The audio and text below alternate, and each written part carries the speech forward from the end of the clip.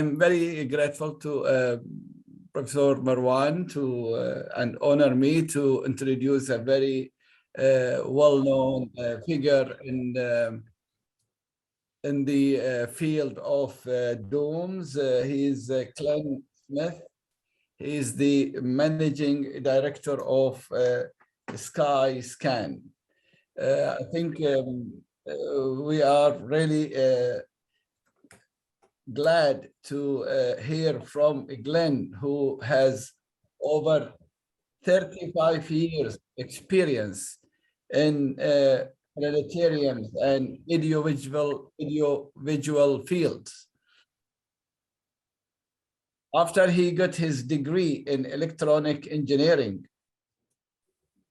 and utilizing his background in electro system and sound reinforcement, Professor Glenn started out as an engineering technician for the company called Spitz Space Systems. And this was in the early 80s. And was an instrumental member of the team. This team had developed the Space Voyager system.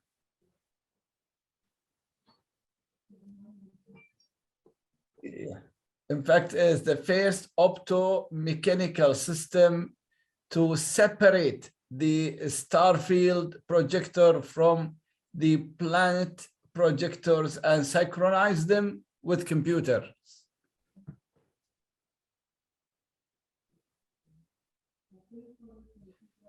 He then later came on board as systems engineer at SkyScan Incorporation.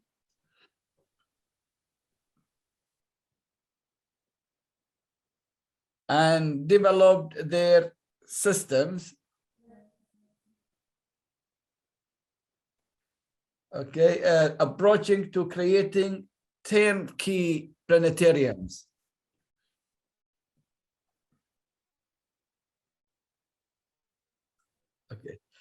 In the mid-90s, he relocated to Munich, Germany, and started SkyScan Europe together with SkyScan Incorporation. This quickly became one of the SkyScan's largest market.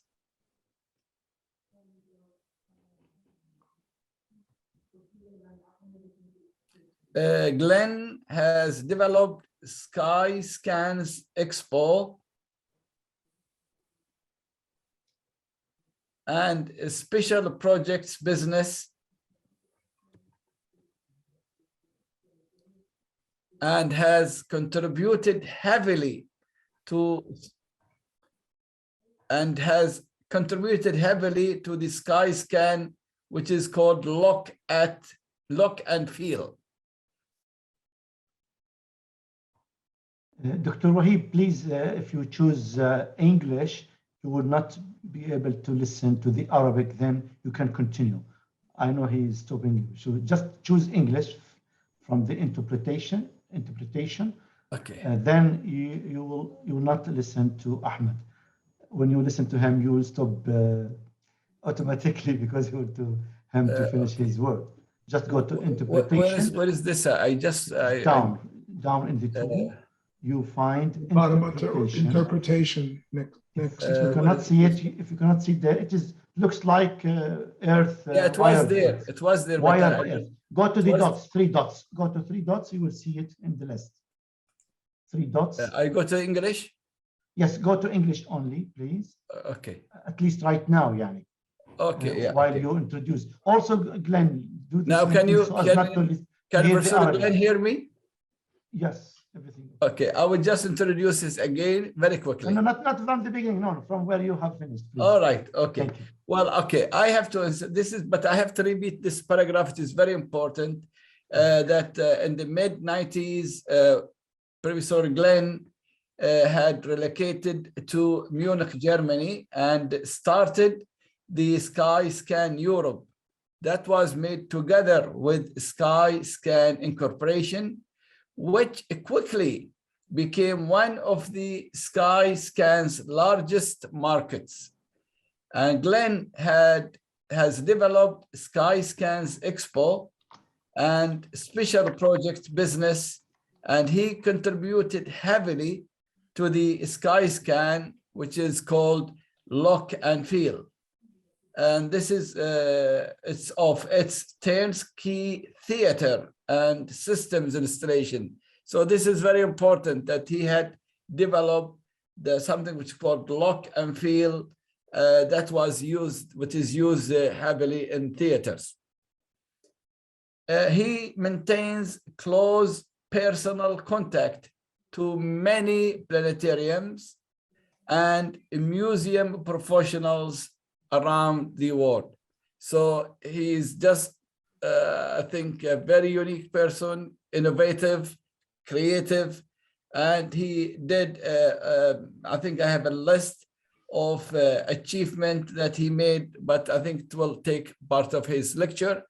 But he is very well known to us from Germany. Thank you, Professor Glenn. I'm sure we are going to enjoy the 45 minutes talk.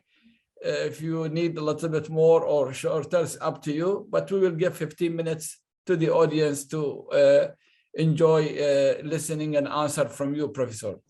Thank you, Professor. Please, the floor is yours. Thank you very much for that great introduction. It almost sounded like a eulogy.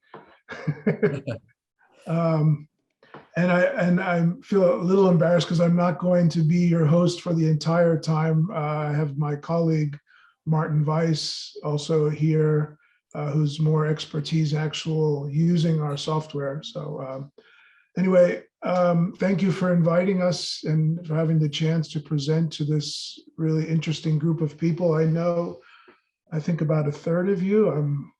It's nice to see Ian here, and Ian is there, and I didn't know Alexander spoke Arabic. That's something new for me.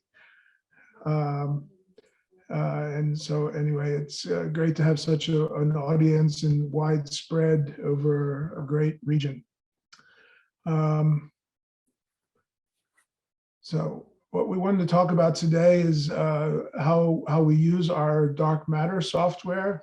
This is the software that our planetariums run to present the universe to visitors, and our users all use this software for their daily presentations to the public. And some of the users are doing some interesting things. We wanted to touch on how some of these visualizations are created and what's behind the scenes. So with that, I wanted to turn you over to my colleague, Martin, who will give you an introduction about all this and show you what he does. He's one of our advanced users. He's also one of our trainers who helps teach our customers how to use the software and get the most out of it. And I hope you find this interesting. So, most welcome. Most welcome, yes. So Martin, yes, introduce yourself. Here. Hello, everybody. My name is Martin Weiss. I've been with SkyScan for over 13 years now, 14. And like Glenn said, I work with the software mostly, but also working on installations and other things. Let me know if I'm talking too fast. No, fine. It's fine. It's fine. I can slow down if you want me to. No, it's very clear. All right. I'm going to share my screen and I'm going to show you our software, Digital Sky Dark Matter. So I need to be able to share my screen. Who has the control of that? I don't know, Professor Marwan. You have the control for share screen? Amber, please give co-host to our guests, all the speakers. Martin. Okay. I still can't share my screen.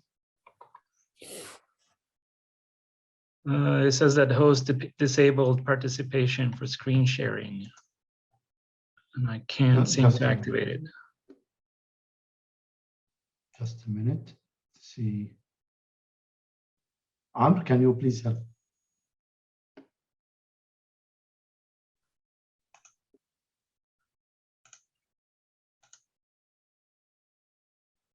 Maybe if you would like, Martin, if you also can send email to Professor Marwan and he can present it parallel to this. Does it work now, Martin? Let me see. Yes, it's working now. Okay. Good. Okay. Great. Great. I was assigned as host, so I could give you the control. Okay, Sorry for that interruption. there we go. Excellent. Do you see my screen? Yes. Yes, we can see. All right, perfect. Beautiful one. Thank you. So this is our main software. Obviously, I'm only going to show you one screen. Normally, we would have multiple screens to spread out the software, but I'm just going to use one for now. You see that there's a lot of tabs that we can click on here, and it'll switch to the control panels to something else. This side here, this is the visual representation of what we see on the theater. So let's say I can go and put some logos on here. So you see that this is a full fisheye view of the dome. I'll put a grid on here just so you have a better understanding that this is the south. Wonderful. Yeah, the north, west, and east. And then this is the zenith. So I'm just controlling this by clicking on buttons, turning things on and off. If, for instance, we want to fade the scene down, there are sliders for that. Bring it back to down to dark, and then maybe fade it up slowly to give a visual representation of our show. So then I have other buttons that takes us from our planetarium mode right now. We're on this date, this latitude, longitude, and I'm gonna launch from here. So we'll take off from Earth, turn around, and look back at us. Then using this viewport, this visual representation of what we see, I can click and drag to actually start manipulating our motion. So I can click and drag to change the orbit, for instance, or I can click and drag to change our distance away from the object. So this is how you fly around. We also have another control panel here where I can fly from one planet to another. So for instance, if I wanted to go to Mars, I can just select Mars and click on this little arrow, and it'll take us quickly there. Let me just add that this is a lot smoother on your screen than over the Zoom connection here. We have some delay and bandwidth, so it looks a little choppy, but of course it's very liquid smooth on the operator interface.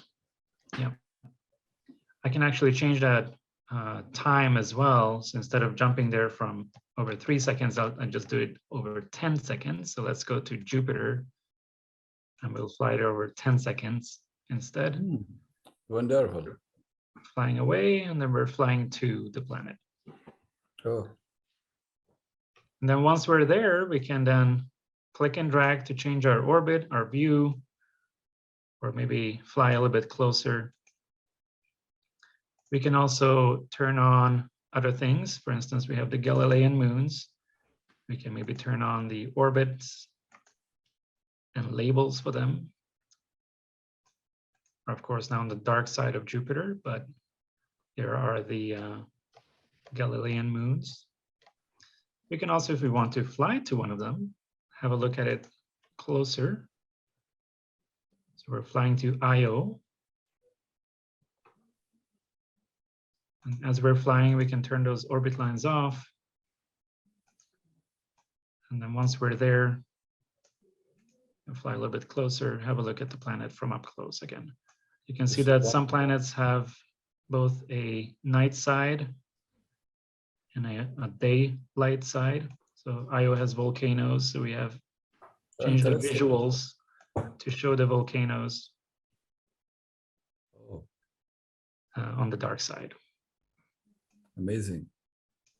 So that's how easy it is to fly around the universe. Now this is just the solar system. So let's take you a little bit further out. Let's actually go to Saturn quickly here. I'm going to turn those labels off for Jupiter's moons. And here at Saturn, we can also do something like, we'll set the time to go a little bit faster. So we're going to go and revolve or make our planet go fast here. You see how fast we're going. We're going days per second, if not more. Let's go until we start seeing the shadows of the rings change. So this is just another effect. Oh, so you can see that the shadows will start moving. Yeah, amazing. So just to show that we have tried to stay to reality as much as possible to simulate what is actually going on. So to create a better teaching tool for our users. And there we swapped over, we flipped over. So now the rings are being lit from below rather than from above. Mm. And now you can see the rings give the shadow on the upper part of the planet. It's a genius. Thank you. So let me show you one more thing here. We're gonna fly into the rings. Whoops, a little bit too fast. Another thing that we try to implement here as a special effect is simulating the rings and the structure of the rings. So you can see that there are little pebbles. Oh. Right now we happen to be in a not so dense area of the ring. But we start flying, you can see those little ice particles. Also just a nice visual representation of what it could look like from. So we are flowing inside the ring. Yes. Oh, it's yes. wonderful. Yes. So let's move on. Let's say bye to Saturn. And any other planet you may want to visit? Any of these planets? Yeah, Pluto. Pluto? Okay. In fact, I want to ask you about Jupiter because nowadays they are putting about the Aurora in the top of the Jupiter, and they say the reason is like something to do with the other moons. So do you have illustration on this? We do have auroras. We have not implemented it to Jupiter yet, but I can show you, after this, I can show you how to turn the auroras on and how we can simulate it over other planets. We haven't put it in as a content. We don't have it ready yet, but yes, you're right. We can have auroras on Jupiter as well. Yeah, the news at the moment is the planet Io, the volcanic activity is affecting the auroras and manipulating them somehow in addition to the natural magnetic field. So it's quite interesting. There's a really nice picture floating around now showing that interaction between the Io's volcano and the active aurora on Jupiter.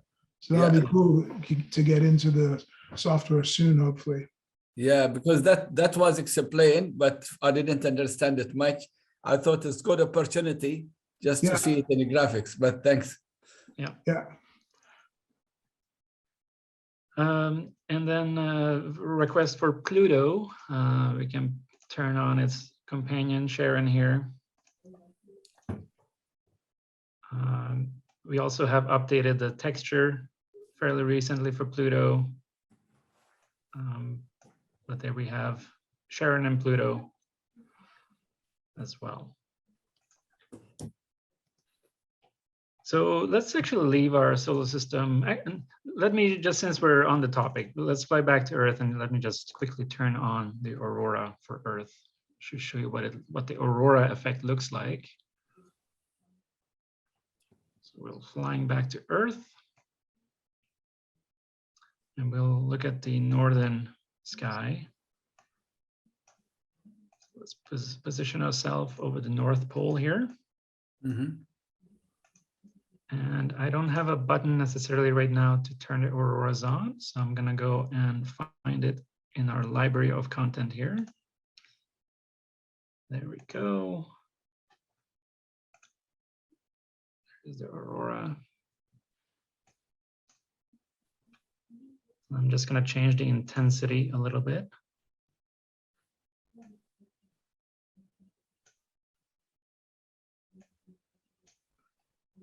Here.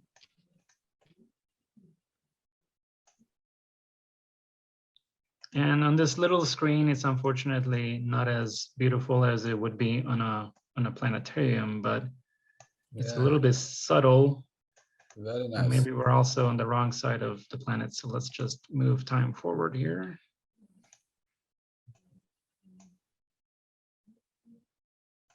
There we go. Oh, yes.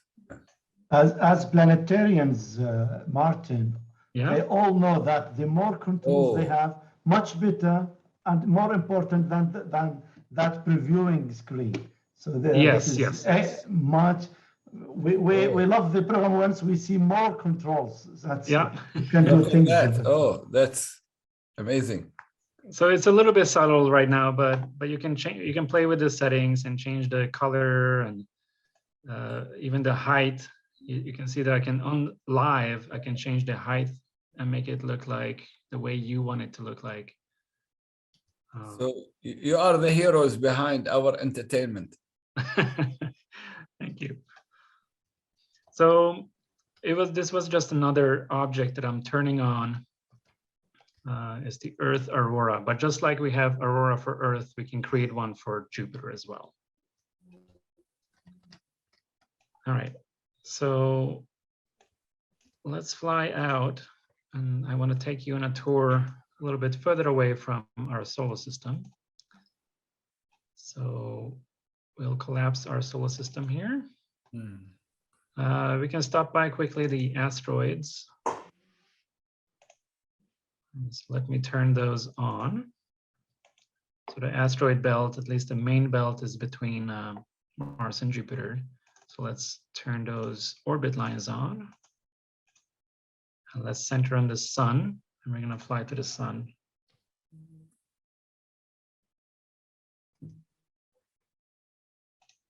All right, so we're at the sun, and we're going to fly out, and there we have the asteroid belt.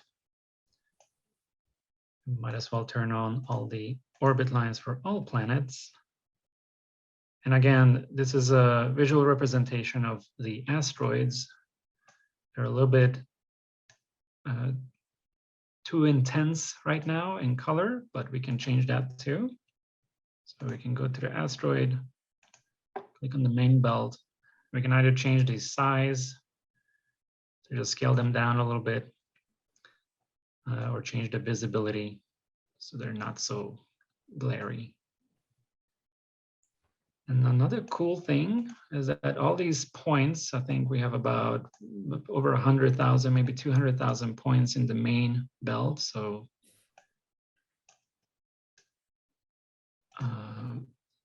let's go to this view here, stop our motion, and then do time forward. So we're going to progress time.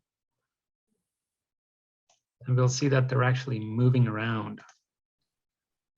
Turn those little trails on.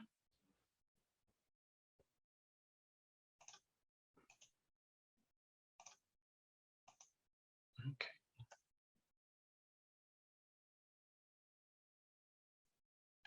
There we go. And we're going to go really fast.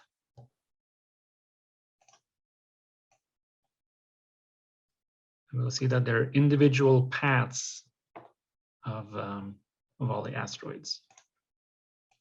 And while we're having time going, we can also fly at the same time and do orbital motions. So right now we're in the asteroid field. Yes, amazing. Another fun thing that I like to show are the Trojans. And they're fun because they're following Jupiter. So if I just turn the label on for Jupiter here, you can see that there's Jupiter.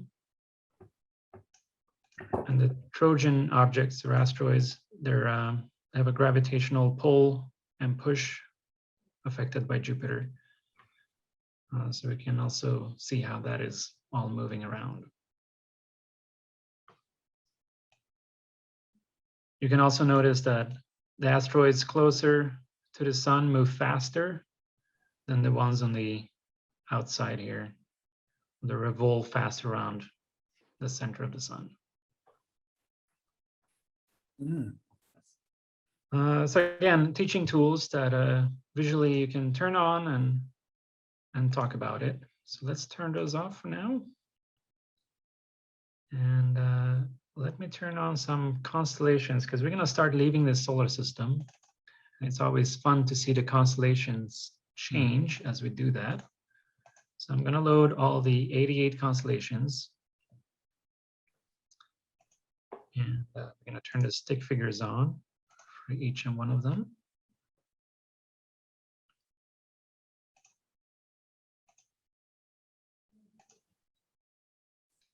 Then once they're on, let's go and fly out. Okay, there we go.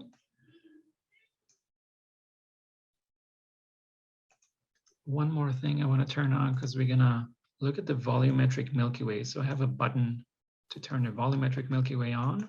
So they are 48 for the northern hemisphere? All 88, yes. So the all northern and southern. Okay, great, yeah, great. Northern, southern hemisphere, and then the zodiac. The And zodiac.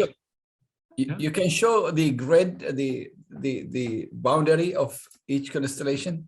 Correct. We can show these ones. Because I found it hard to convince people now that there is 13 zodiacs, not 12. Okay? Yes.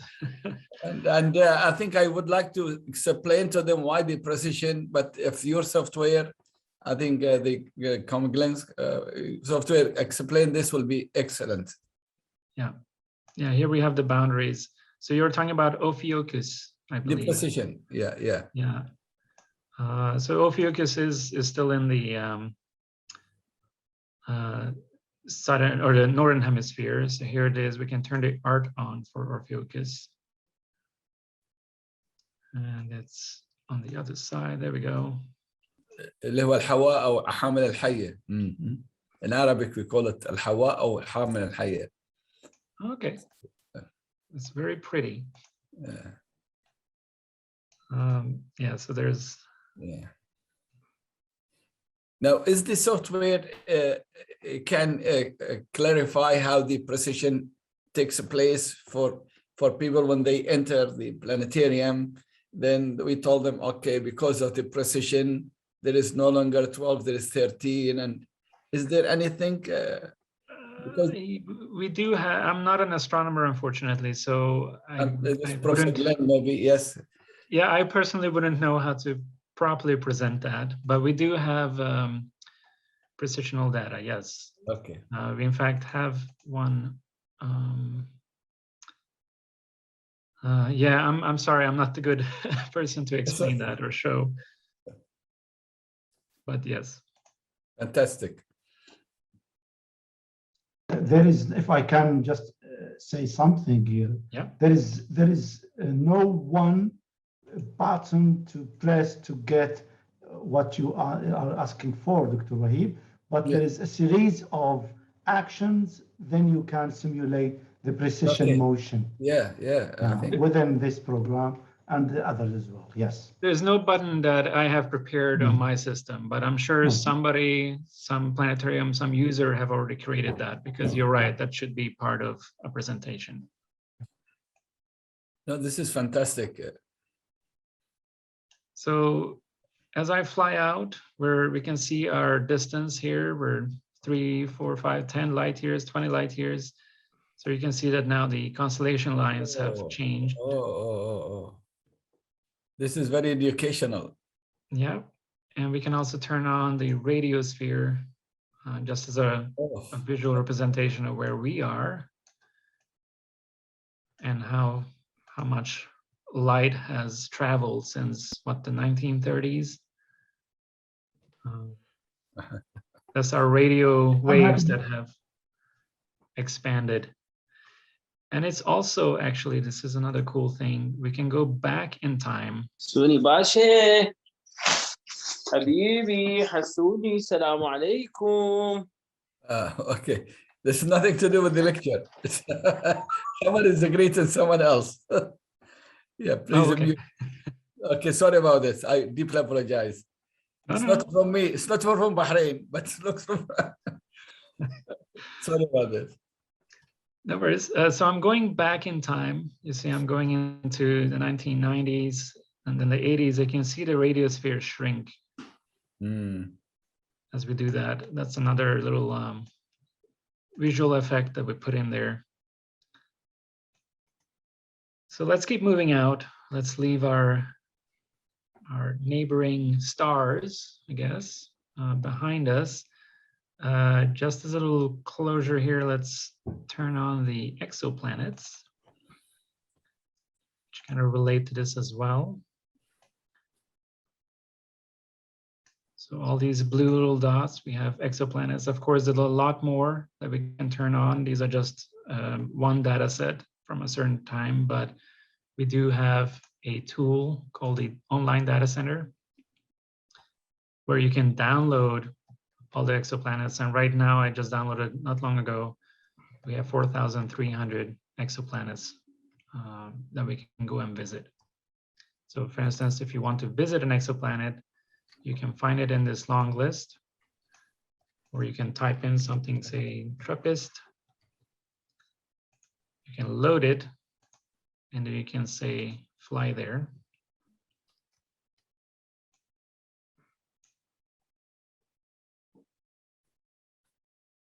Now we're flying to TRAPPIST here.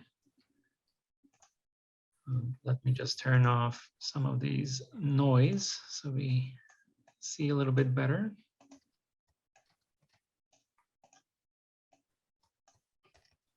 So there's our TRAPPIST system. And even here we can then fly to either its sun, TRAPPIST Sun 1, or one of these planets. So for instance, you can fly to this. And of course, we have mapped them with imaginary surface data. What is not imaginary is that if we know that it's a rocky planet, we have chosen a rocky surface. And if we know if it's a gas giant, then it's a gas texture map. It's amazing. So here, for instance, TRAPPIST F is a gas giant. Looks a lot like Jupiter, but we don't really know what they look like, but there you go. It looks like gas. Yeah, it's a semi-educated guess, I guess. All right, so we'll continue to fly out here. Let me turn the exoplanets off. Keep flying back. We're gonna start seeing our volumetric Milky Way. Sorry, just I want to tell the audience to follow the messages sent by Professor Glenn. It's very useful. Okay, from time to time, but messages in the screen. Sorry. Thank you, Professor Glenn. Yes, go ahead. So here's our volumetric Milky Way that we can orbit around. And you see it is volumetric because it has a volume to it. There's a little cloud feature and depth to it. And we can turn more things on, like the local group, which has this small and large Magellanic clouds right there. And we see Andromeda over in the distance. And then, of course, we can continue and keep moving out, turning all sorts sorts of galaxies and points on. So these are the LIDA galaxies. And these are all assembled databases with points that we have attached little images to. And they too read the data for what kind of galaxies they are. So whether it's a spiral galaxy or an oval galaxy, we have chosen the appropriate image to represent that type of galaxy. Oh. It's very powerful. And then, of course, you can continue flying out and turning on the Sloan galaxies and the quasars. And then eventually you'll come to the end of the known universe as we have discovered it. Now, I also want to spend just a short time on how all this was done and go a little bit more into how to create these kind of databases. So for instance, we have the Sloan galaxies under extragalactic data here. And we have, well, let's look at the local group. Let me turn the Sloan galaxies off. I'll go back to the local group.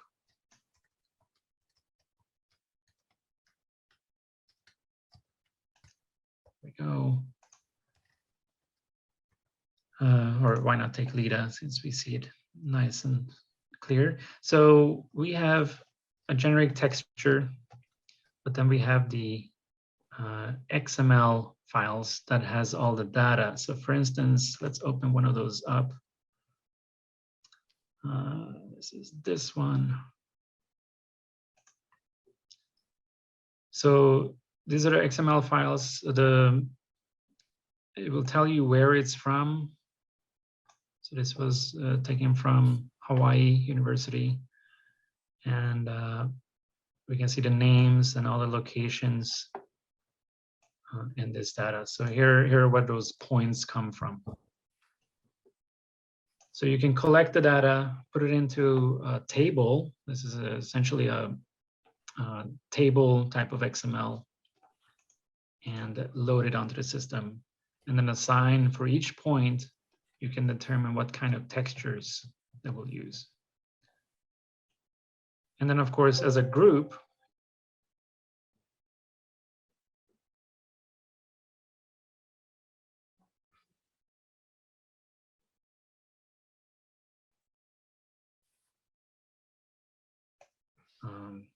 for the users. So I don't know if that makes sense, but just a quick overview of how these are being made. I'm saying that it says that my internet connection is unstable. You still can hear me? Yes, yes. Okay, right. Okay. Yes. So as you can see, this asset manager that we're in right now, these are all the assets that we have on the system. It doesn't mean that this is it. You can add your own, you can create more.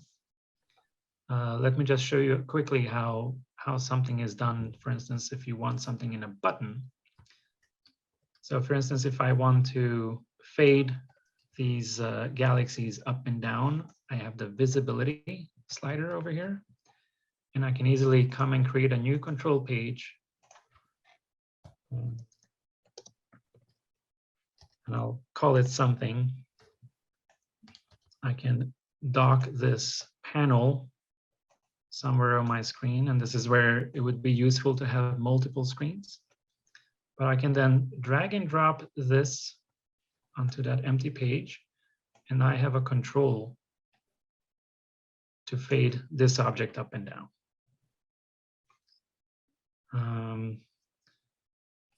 We have users who are creating a lot of content, and we have a forum where we actually share all these content. And we have one from Lund University in Sweden who created a button. I'm just going to quickly show you that there's a button with a lot of script inside. So these scripts do pretty much everything you have seen me do, but it's doing it automatically through a script. So it goes and tells the software, hey, go and find all these dwarf galaxies, for instance, in this case, and just go and load them, show the visibility, And then later on, we have motions and things that they manipulate in the script. So we'll click that button and see what that one is doing. So let me just undo my LIDA group here. Let's fly back to our galaxy. There we go. And I'm going to click that button that had that script that I just showed you. So it's positioning everything, it's loading things in the background. And then once it's loaded, it will tell me that I can continue the button. I'll click it again. And again, this is a button that they created at Lund University with, I think, both Gaia stars and dwarf. Yeah, I can give a little more explanation here. Here you go. Lund University is part of the Gaia team, ESA's Gaia mission. And this visualization here shows where they've plotted the orbits of dwarf galaxies. So the objects outside the Milky Way are dwarf galaxies, and the objects inside the Milky Way are globular clusters. And we've known for a long time that they make orbits, but Gaia has shown that these orbits aren't closed. They're more like a corkscrew. And this visualization here shows that. And the one in the middle there is a little thicker, just so you could make it easy to follow the one orbit of that particular globular cluster there. But this is really up-to-date science here being visualized, showing how the globular clusters inside the Milky Way make these orbits and the effects on those orbits so that they don't actually make a closed orbit. Thank you, Glenn. Yeah, and then I'm actually done with my presentation. Of course, I'll answer questions if you have any questions. For me, I don't have. I ask plenty. So yeah. Sorry. Thanks. I put my email here real quickly in the comments in case anybody has wants any more information or wants specific things, or if we can be of any assistance to anybody for something, you're happy to send me an email. Good. I hope you found this interesting. I think sometimes we could talk for hours, but of course we can't. We actually have our user group meeting shortly in about 10 minutes, I think it is, or 15 minutes. So we'll be going into the next meeting after this, but I'd love to know where everybody's from. It's nice to see so many people showing interest here. I was hoping for a good turnout, and I'm glad everybody made time to come today.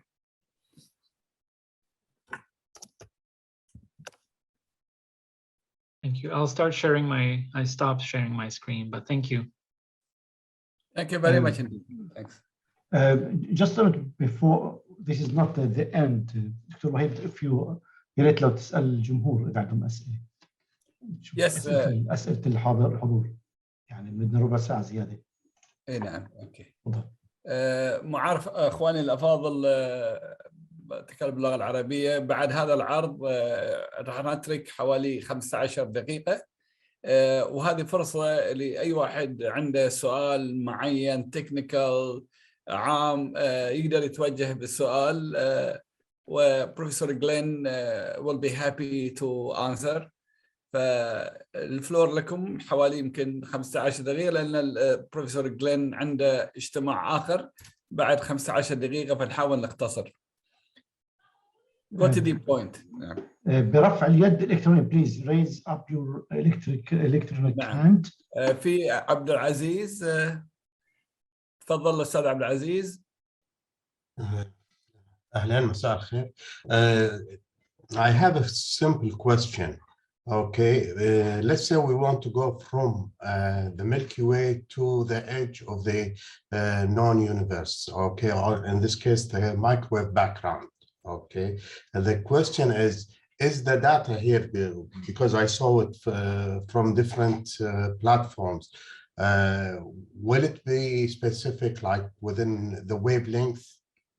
let's say if we want to go to the Milky Way, to cosmic microwave background, we want to see the universe 13. Okay, that's great. Okay, so all of that is available. Interesting. Yes, yes. And of course, these are just textures. So you can replace the textures with whatever you want. If you have updated data, you can import that very easily. Yes, because I saw WMAP for all of that. Okay, blank. So all these data are going to be updated mostly with the research teams that they are doing. Yes. Yes. Perfect. Excellent. Excellent. Okay. I think, okay, Abdul Muttalib, Rowena, please. I think you have you raise your hand. يلا السلام الله عليكم. أتكلم عربي. تفضل يا سيدي، تفضل. حياك الله. نروح للبروفيسور. هل بالإمكان الحصول على نسخ من هكذا برامج واستعمالها مباشرة في قبابنا الفلكية أو حتى عرض خلينا نقول هكذا افتراضي؟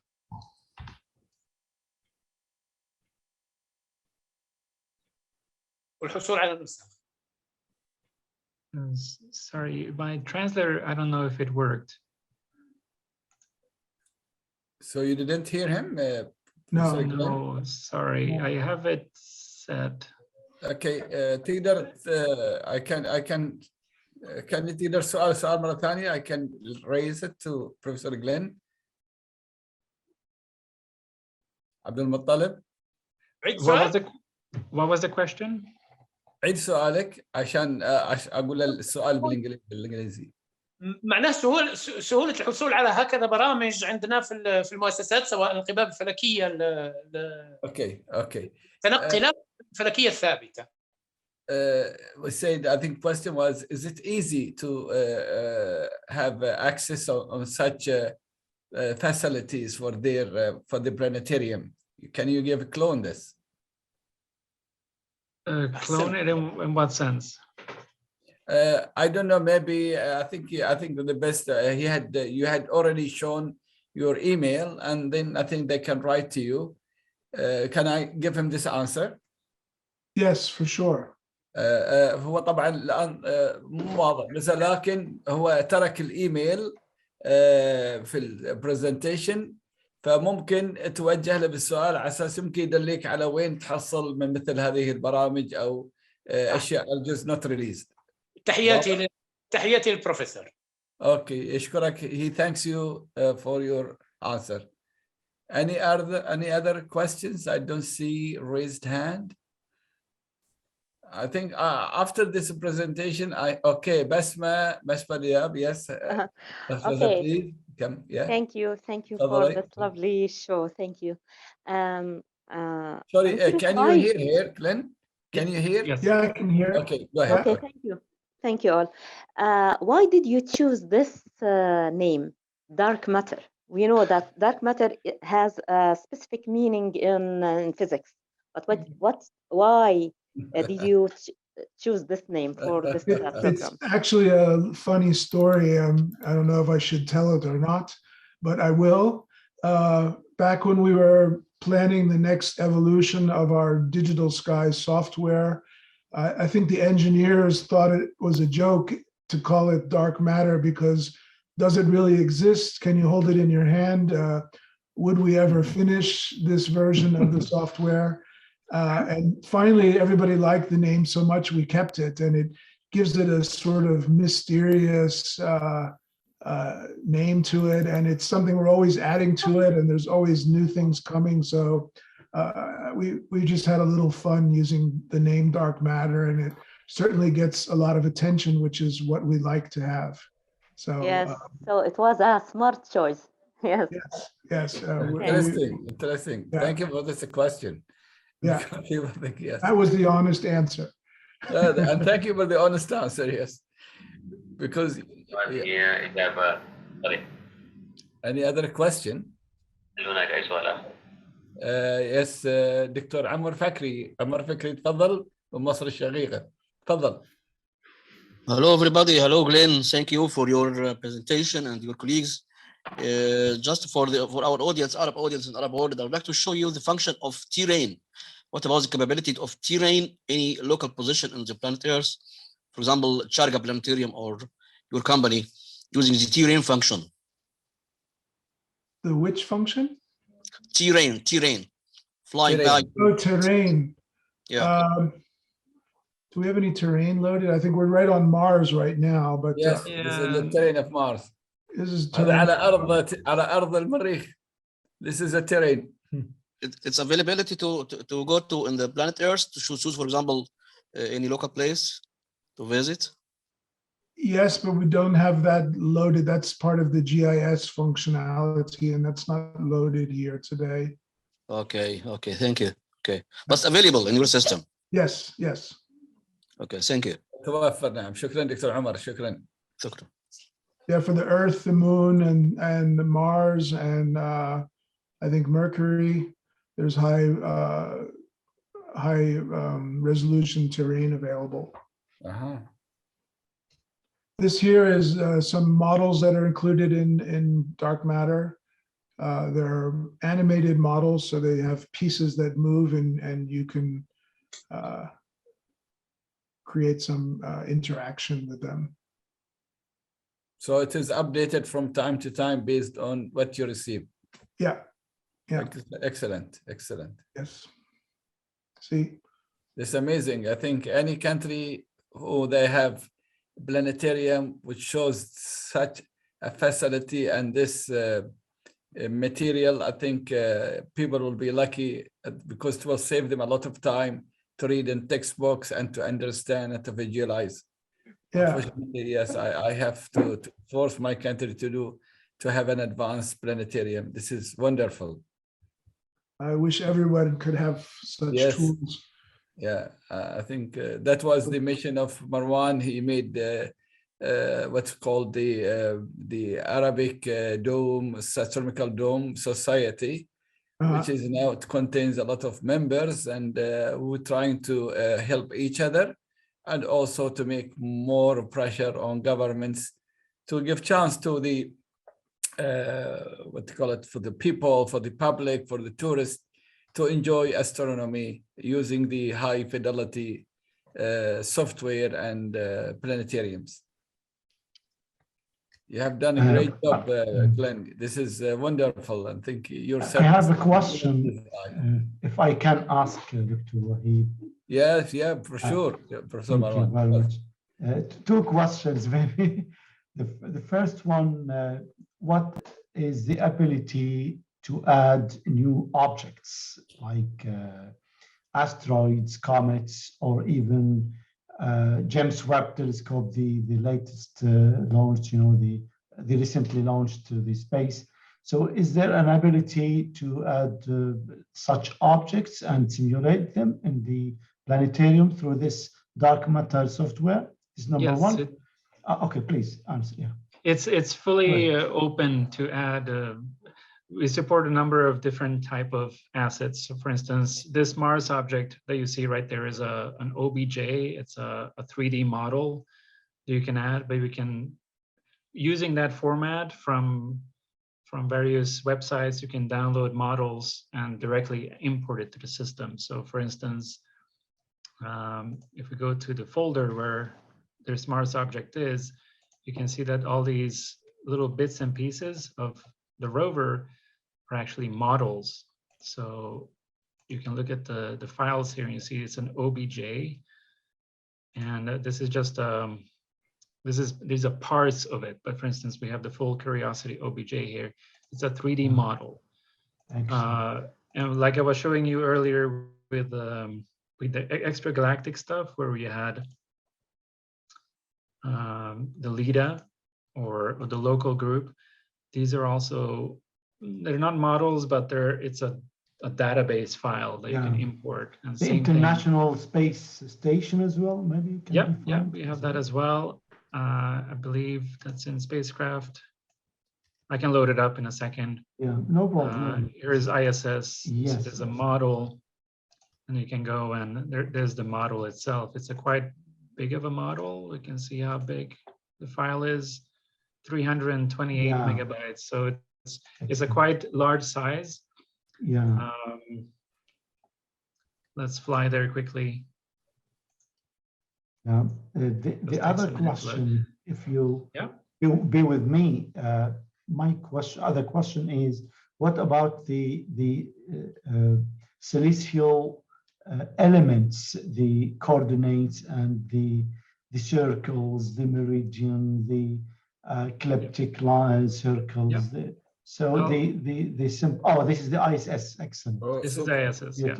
Of course, all the traditional planetarium functions are included. That's the very core basic functionality. This is a planetarium software. But of course, astronomy today keeps going further and further away and deeper into space. But when you're back on Earth, all your classic tools are available that you're accustomed to have. It's amazing. So that's mean you can start from very basic education up to very sophisticated and even the future. Correct. It's amazing. Thank you. That's excellent. I don't know, Professor. I mean, I think we have to stop because I know that you have another function. So thank you, Professor Glenn, for your presence with us and educating us and giving us all this nice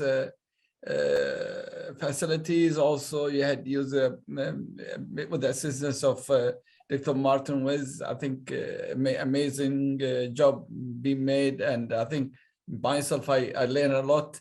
I feel myself like a student in a primary school, learning all these advanced things. It's amazing. I think this is a very powerful tool. I thank you very much for sparing 1 hour with us. We apologize for any inconveniences happen. And I wish you all the best for your company. And we are waiting for more of the innovation. We only will use your technology. We cannot share knowledge with you. So wonderful, you have your own team and God been giving you a lot of talents. So thank you very much. And thanks to Professor Marwan, who had organized such event. He selected the proper talk and very educational, very helpful to anyone who's operating the astronomical domes. So I thank you very much. And now 12 o'clock in US time. So and 9 o'clock here. So we are away from each other as bodies, but as heart, we are all sharing the love and the passion of astronomy and to learn and to educate to each other and to the others. Thank you very much indeed.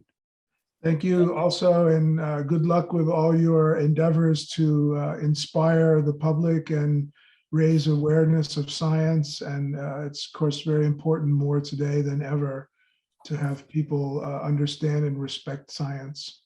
You became very popular in the Arab world. I'll have to put a copy on my wall. Will you please have a shot for the... Yes. Yes. Yeah. Can you stop sharing, please, Martin, so we can take a group picture together? Everyone who are ready to open his or her camera, please do that so we can take a group picture. We are 40 so excellent. Yeah. Wow, that's great. يلا الصورة جماعية يا جماعة بالعربي.